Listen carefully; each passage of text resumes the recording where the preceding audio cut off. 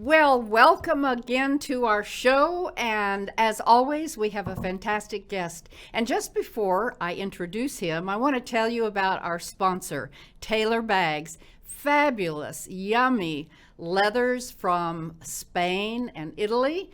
And the designs are absolutely incredibly different. I want you to go to at shop Stephanie Taylor. That's Instagram, and her website is simply taylorbags.com. All right, here's a question for you. What's under your hood? Prashant Salla, founder and CEO of Goodhood, I love that name, Goodhood, can tell you anything mechanically wrong with your car and fix it, and they'll come to your home. That's incredibly customer-centric, I would say. And his motto is, the best waiting room is your living room. We bring the repair shop to you. Stay tuned. Welcome to our podcast, Doing It Right. This podcast reveals authentic stories from successful leaders doing it right. It's about their journey to become a leader, their choices, motivations, and lessons. In essence, how they built successful personal brands. Your host is Valerie, Sokolosky, author of 8 leadership books and nationally known as an authority on executive presence and personal branding. Let's get started. Here's Valerie. So, Prashant, I want to welcome you to the show, sir. Thank you for having me. It's an absolute pleasure. We're going to have a good chat. I've never spoken with someone who is a mechanic, owns a company of mechanics, went to school to study mechanics, and as a little boy studied cars that got you into mechanics. Did I get that right? Absolutely right. I mean, often, Prashant, I will ask a guest, when did your passion for what you're doing come to you? And very seldom does anyone say, as a little kid playing with cars. So tell us about that. Yeah, look, first of all, thank you for having me. I truly appreciate it. And where did the passion come from? So when I was little, I was always into cars. So, any toy with cars. And I remember, when I was 9, 10, I used to sit on my dad's lap and then, try and drive as best as I can. And then my dad would let me drive in the parking lot a little bit. And that really got me excited and interested in cars. And then growing up, when I was in my teens, I used to research the internet and understand how cars work, how are they built, and everything around it. And I remember talking to a professor. I was like, hey, so I really want to go to a place where cars are built and the car capital of the world. And, my professor said, hey, you should go to America. And I said, okay, how do I get there? And he's like, well, I would suggest that you should go to college in India, learn about mechanical engineering. So, you don't get into automotive right away. And then go to grad school, work in the industry, and then start your own company if you want. And I said, you got it. He just laid it out. Exactly. Just do this, 1, 2, 3. I wish someone had done that for me. Okay, go ahead. Yeah. I remember, his name was Professor Manish. And I was, I think, 14 or 15. And I said, okay, that sounds like a realistic plan. And then he just helped me along the way to get into college. And, while I was in college, I tried to work on cars as much as possible, learn everything from the internet. And as soon as I got an opportunity, and then I started working as a mechanic during the day for $100 a month. Oh. I played poker in the evenings to pay off my college tuition fee. Were you good? Are you good? I was good. Not anymore, maybe. But yeah. And then, it was a struggle. It was a lot of hustle, a lot of struggle to compete in all resources, be it, education, be it jobs, any resource, because, the place that I come from, 25 million people trying for the same, going after the same resources, same college seats or, the same jobs, and same resources. And so yeah, that really kind of made me really competitive in anything that I do. So yeah, that's the environment. They say the environment shapes you. It did shape me. Really did. Yeah. So what's competitive now in your life? Really the competitive nature to the business. So in any business sense, if we can get ahead of competitors or finding resources that would help the business in any way and that would help get to our mission, I think that's where competition comes from. So tell us, what exactly is Goodhood? What do you do? Goodhood is the Amazon Prime for your car. I like that. So you download an app, you click a couple of buttons on your phone, and the mechanic shows up at your house. And the mechanic can do almost anything that your car would need, from an oil change to brake services to if you have a check engine light on your dash. If something's wrong, he can figure it out and fix it. So it's a subscription first mobile at-home car repair service. So the mechanics come to you and they do everything. So that's why we say the best waiting room is your living room. That I have, first of all, never heard of. So I don't know where your competitors are. I think you're probably it. Hope so. And secondly, I have to say, as a woman, now gratefully, I have a husband who's very smart about most things. But I'm very fortunate.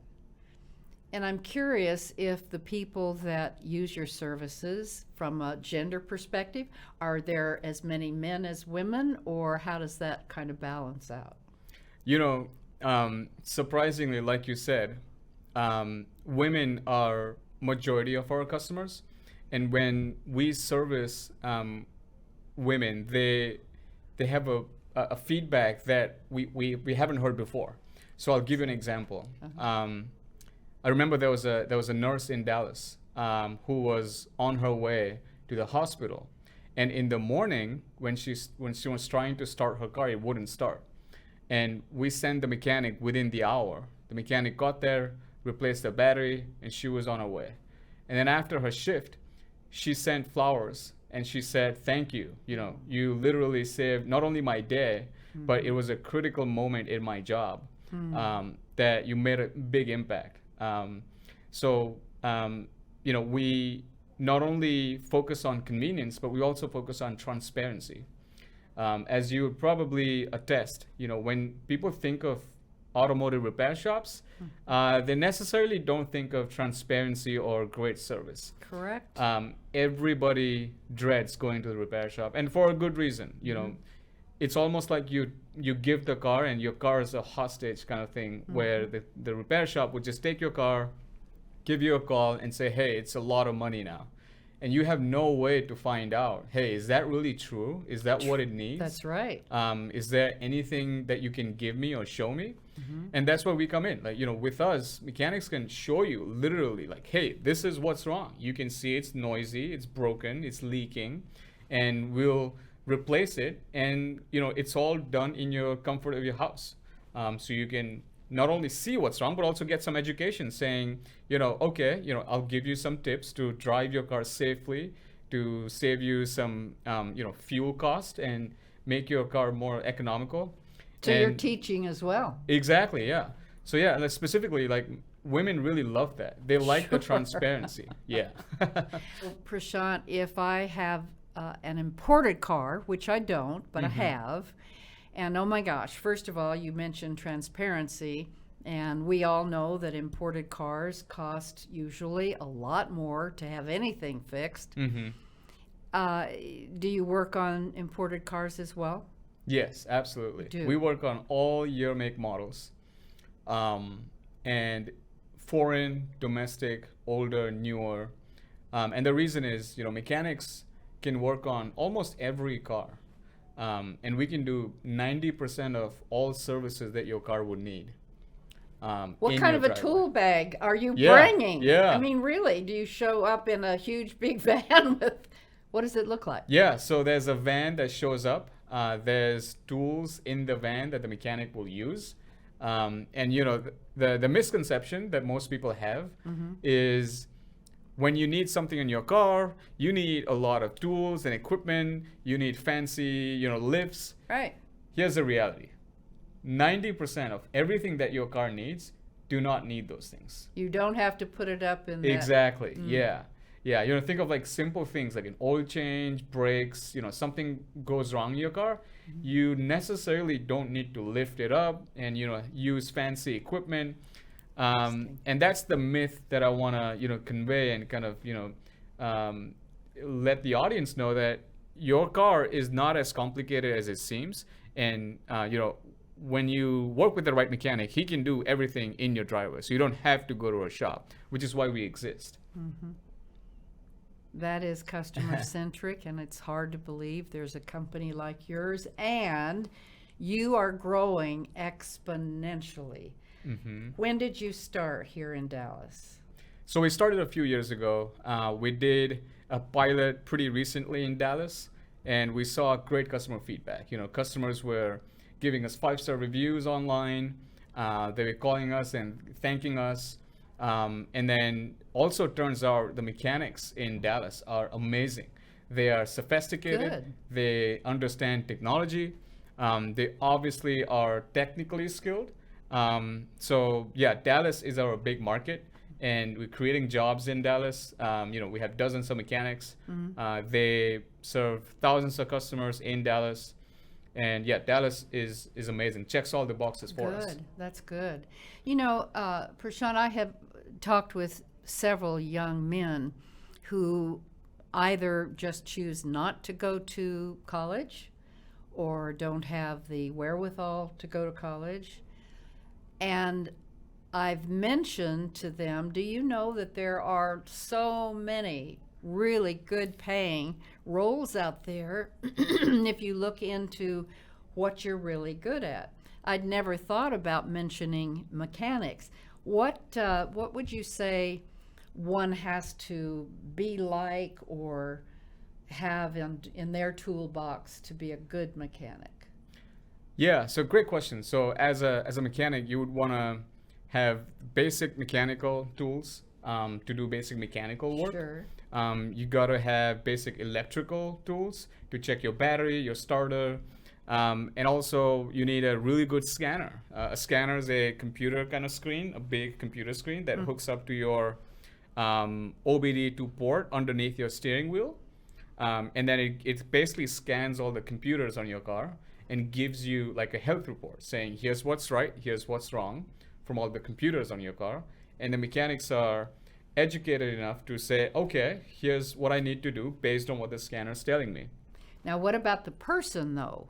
How does a young man say, I mean, let's say they don't grow up playing with cars and Right. fascinated, knowing exactly what you knew, wanting to do this.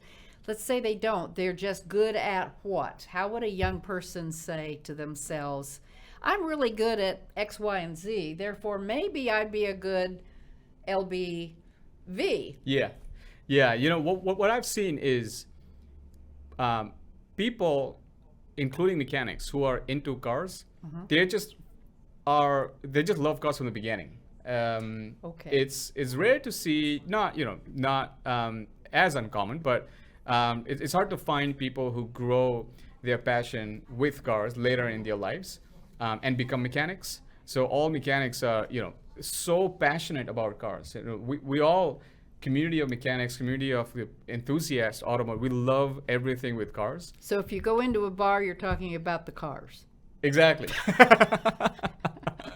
Which leads me, and forgive me for diverting here just a minute, but that triggers the story you told me, which I thought was so fascinating, about being in a bar and something very pivotal happened to you. Tell us that story. Yeah, so, the story goes where my co-founder and I, Sean and I, we were at a cafe and we were working outside of the hours and on the weekends when we had our full-time jobs. We were working on the business on the side. And one Saturday night, I remember a friend of mine knocked on the glass door of the cafe at like midnight, and we were working on our computers. And they were like, "Hey, it's my birthday. Let's go to the bar next door." And I said, "Okay, well, we work like 6 hours straight. So let's go to a bar and maybe an hour, and then go home after." So I go to the bar, and I was still in that zone, right, when I was just thinking about work and what we could do. Competitive. Yeah, right. DNA, all right.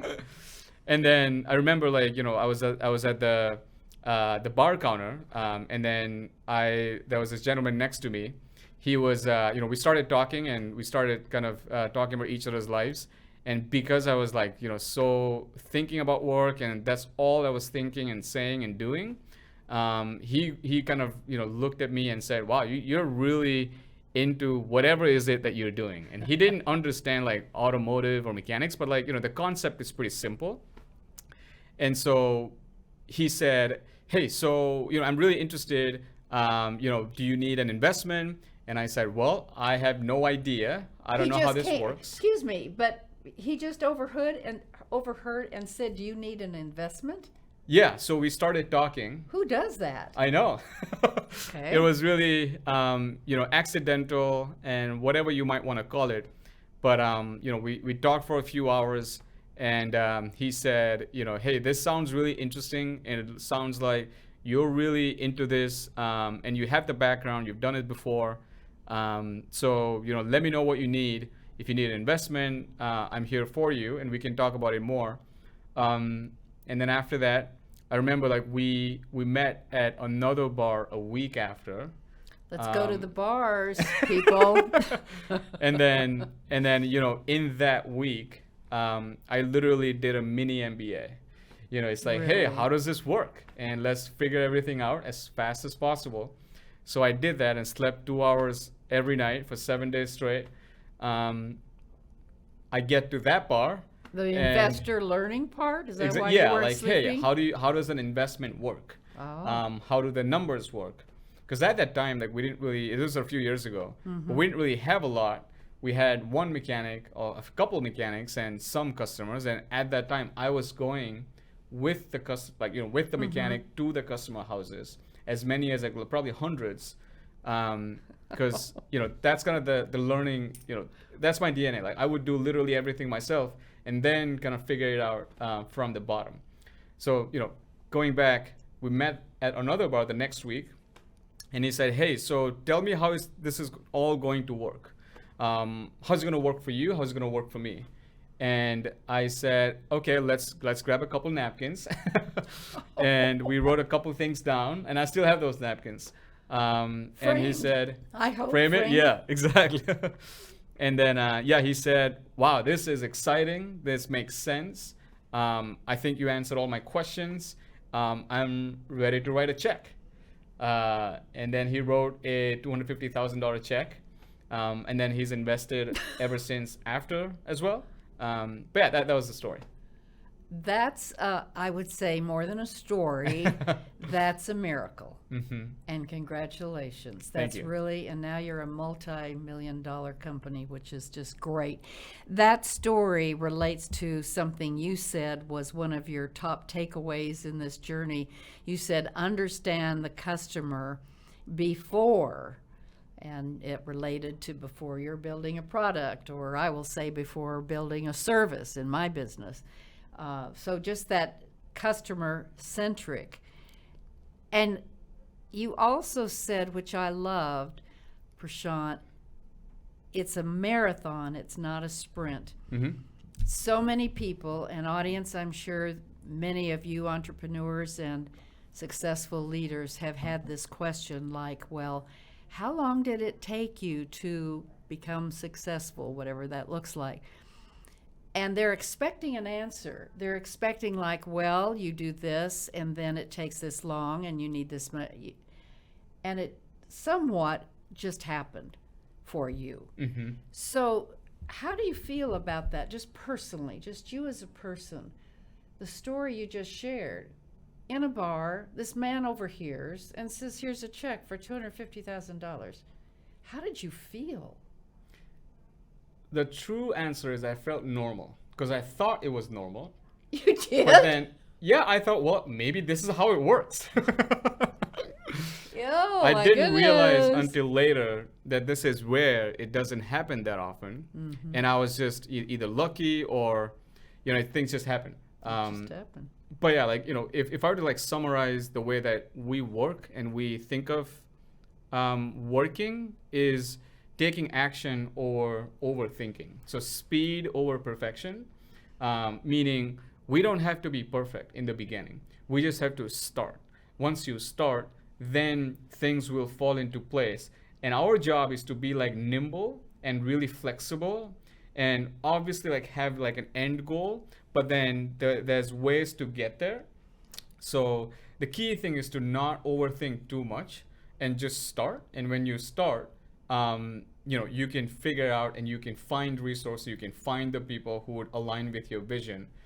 Yeah. That's a great, quick summary of what true entrepreneurship really looks like. I'm just curious, audience, those of you who are watching and you've had an experience like this in your starting a business or climbing the ladder, you be sure and make comments in the show notes on this episode because it would be interesting for Prashant to hear and for me as well. I also like what you said about asking for help and then turn around and help others. Yes. How do you do that? The story I'm getting to there is the years or the 3 months that you stayed at a person's house who was a mechanic and you were there to learn. Mm-hmm. This is when you did not have the company yet. And he helped you. So take it from there. Yeah. So the story is, even though I worked as a mechanic, I understand how cars work. I didn't understand how the social behaviors work, how life of a mechanic is in America. And I was like, as much as the end customer is our customer, in the beginning, the mechanic is our customer, meaning I have to solve a problem for the mechanics, because if the mechanics are not willing to go to people's home, given everything that we can provide them, then there is no business. So, the first couple of things that I did was I figured out what is my hypothesis. So, for example, I'll give you an example. One is, the hypothesis was that I believe mechanics will go out to people's home and they are willing to go out to people's home, given that they'll get paid well, everything works out. So my next job was to prove that hypothesis and prove that that is really true. And the way that I did that was I texted 15 mechanics from Craigslist. I said, hey, Jack, hey, David, I'm a customer and would you come to my home? I'll pay you X dollars. And then 14 of 15 mechanics showed up the next day. Oh!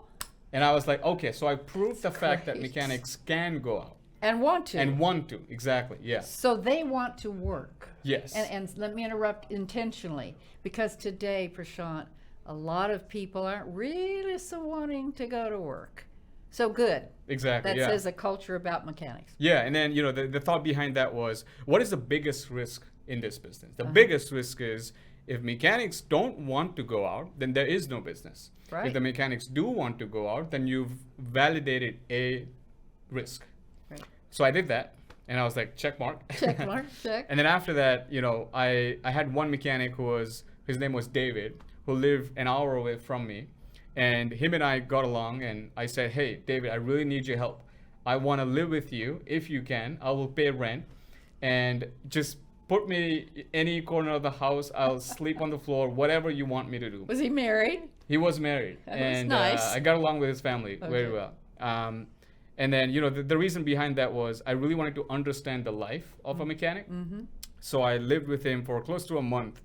And the idea behind that was, hey, not only I want to understand your professional life, I want to understand how that marries into your personal life. And, are you happy in your personal life because of your professional life? Because if there is no balance, then you're either going to get burnt out or eventually, for whatever reason, this won't work because if you're not happy with your professional life.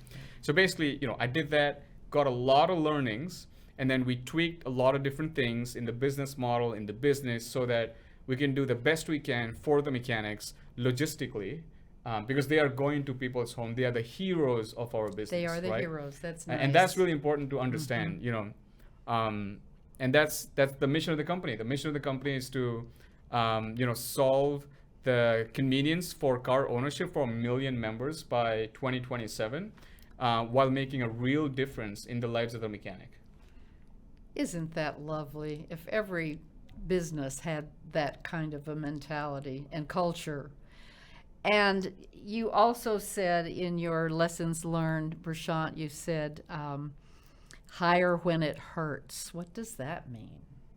Yeah, it's a little counterintuitive, but we've learned from our mistakes. And one of the things that we've learned is hiring is not equal to growth. Meaning you don't want to hire people to grow.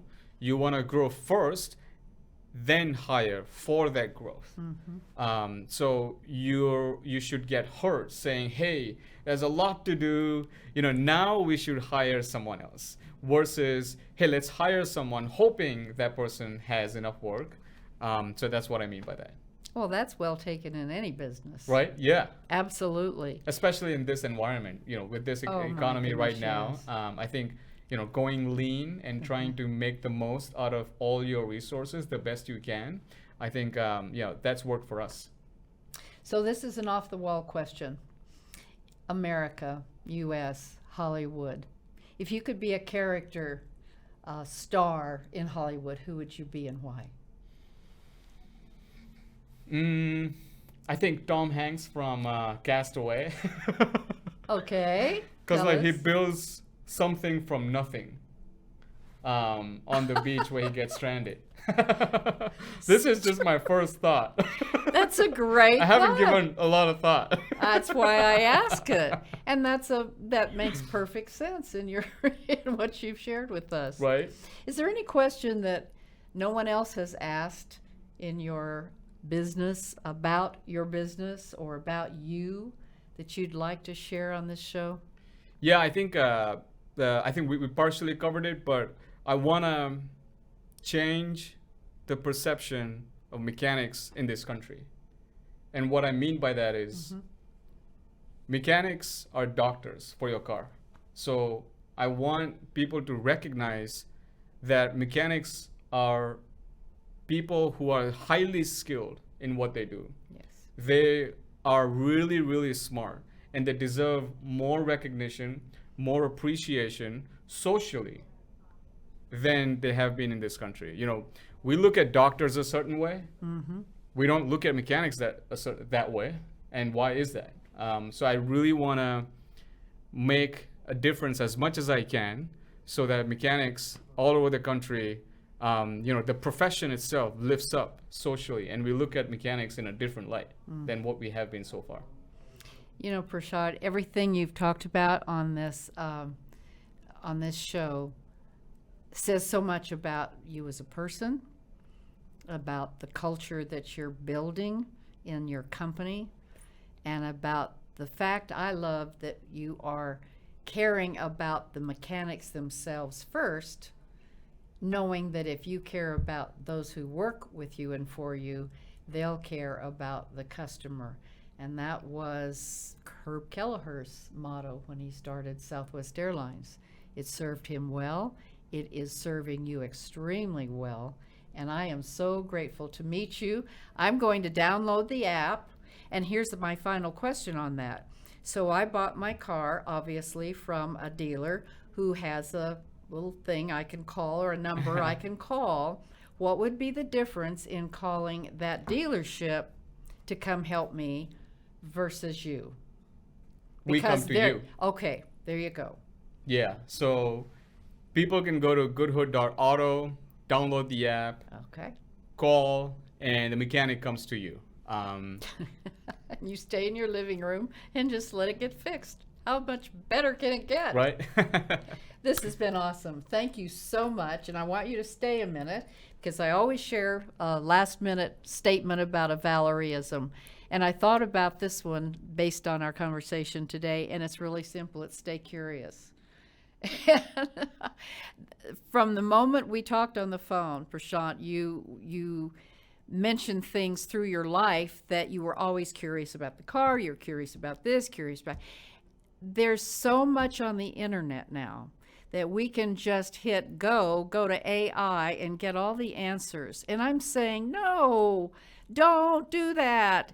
Use your own brain. God gave us a brain to use, not fingers to get it all from the internet. So that's my Valerieism for today. Stay curious. Until next time, stay curious. Bye for now. Thanks for listening. To receive Valerie's voice, free monthly leadership tips, and to learn more about her leadership programs and coaching, visit her website, valerieandcompany.com. Next week, we'll be here again to inspire, engage, and equip you with teachable points of view from successful leaders who have been doing it right. Until then, lead authentically.